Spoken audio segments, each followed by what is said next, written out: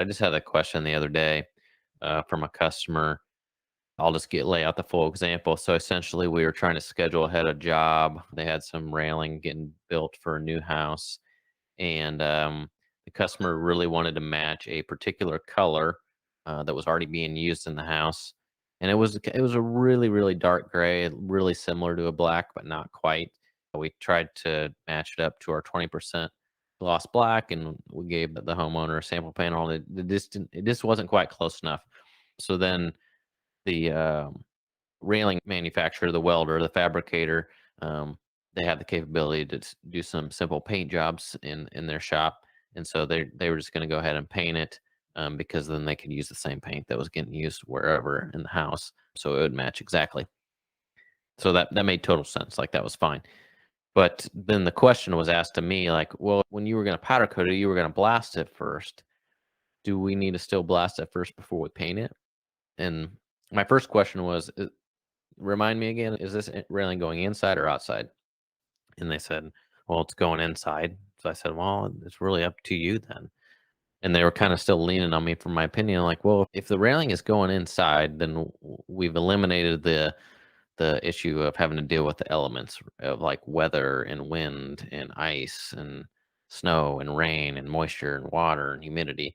So when it comes inside at that point, like you're really giving a huge benefit and advantage to the coating where it doesn't have to hold up to hardly anything anymore, just wear and tear from, you know, your hands running across it. In this particular railing, I think is a guardrail to kind of protect some stairs. So it's really not really a handrail. You're not going to run your hands over it much. Once it gets put in place, it might get run into with like a vacuum once or twice. But other than that, it's not even going to get touched.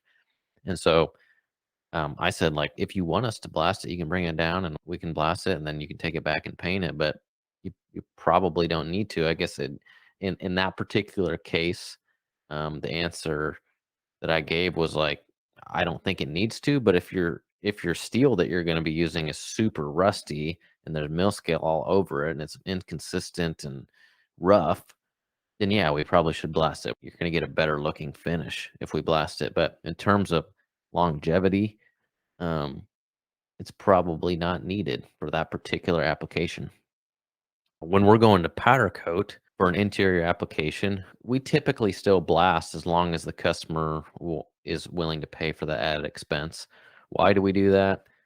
Because this is what we do. It's in our name. We're blasting and coatings. It works well with our process. Since we're powder coating, we're putting a lot of heat in the part. If there's grease and oils left behind, those bubble through the coating and create fish eyes. It's quicker for us to blast and then do some iron phosphate and powder coat than it is to spend a ton of time on prep and making sure we get all the grease and oil off of it because we're not blasting it. So we have to do a much more serious pre-treatment process. And then we still end up with a little oil that we missed. Then we got to rework the rail. And so for us, it almost always is the answer when it's coming through our shop and we're powder coating it that we're just going to blast it first because it's less headache.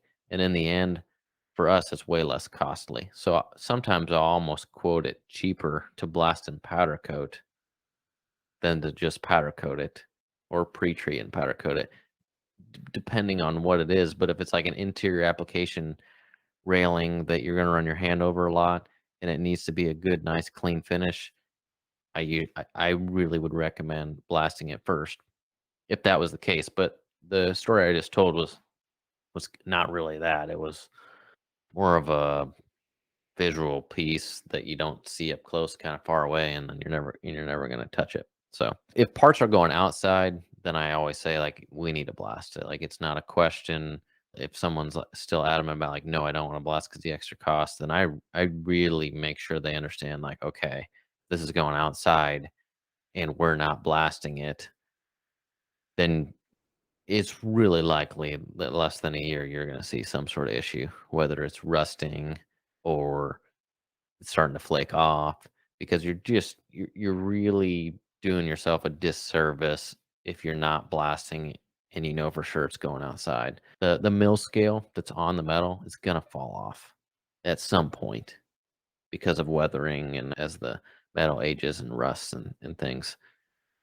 So At that point, it's like, why even go to all the effort of powder coating it if you know it's going outside and going to be out in the elements when we could spend a little bit extra money and blast it, and now you know it's good for a really long period of time.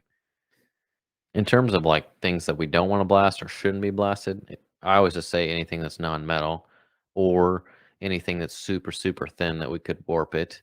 We have different blast media options. If you follow our content a lot, you know that we go to crushed glass as a really not aggressive media, and it won't put very much heat in the substrate when we blast it, and it won't warp the substrate typically. But still, you can get really thin parts and pieces that even glass is still going to warp it. Any type of pressure blasting is going to warp the part because it's just so thin. So if it's really, really thin or it's not metal, it's usually not a good idea to be blasting it.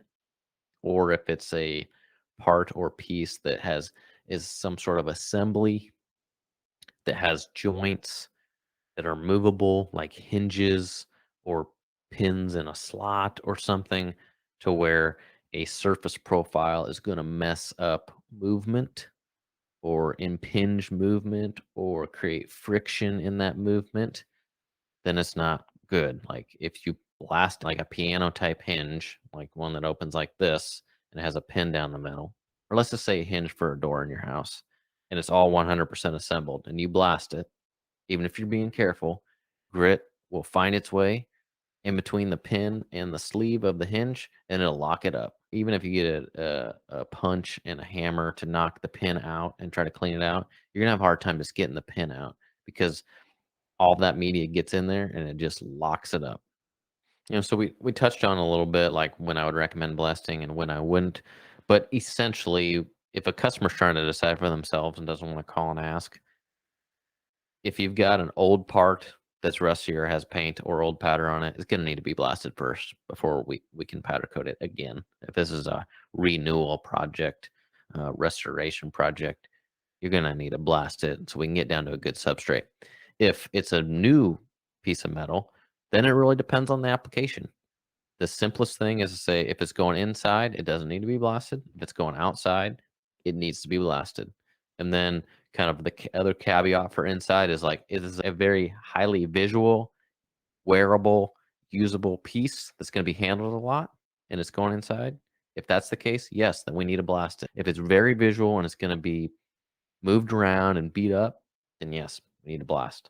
If not, if it's just decorative, not going to be touched, less visual, then no, probably don't need to blast it for an interior application. If a customer wants to consider the cost in what it's going to cost to blast something, just off the cuff, I always say, well, it's going to double it. So if I quote like $150 to powder coat something, and then the customer comes back and said, well, if I don't think I want you to blast it, how much is that going to be? Want to take a long time to think about it, or I'm talking to them on the phone and they want an answer right then and there, the simple answer is it's going to double it. And why is that? We're spending basically twice the amount of time with it and using twice the amount of material. So it's going to double the cost. That's the simplest terms.